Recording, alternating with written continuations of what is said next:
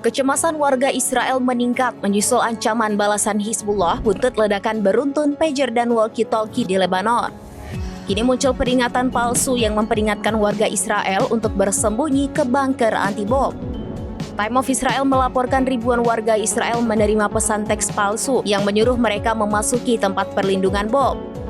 Menurut lembaga penyiaran publik KAN, pihak berwenang sedang menyelidiki pesan darurat tersebut apakah dikirim oleh pihak-pihak yang terkait dengan Iran.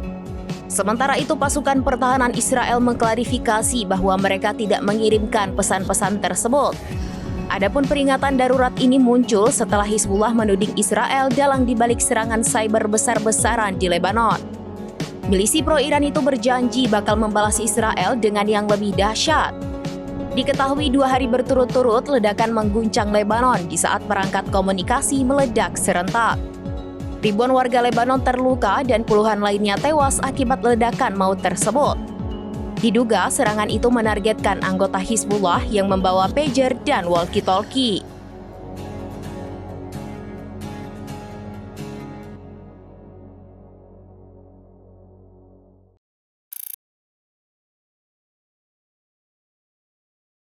Download Tribun X sekarang, menghadirkan lokal menjadi Indonesia.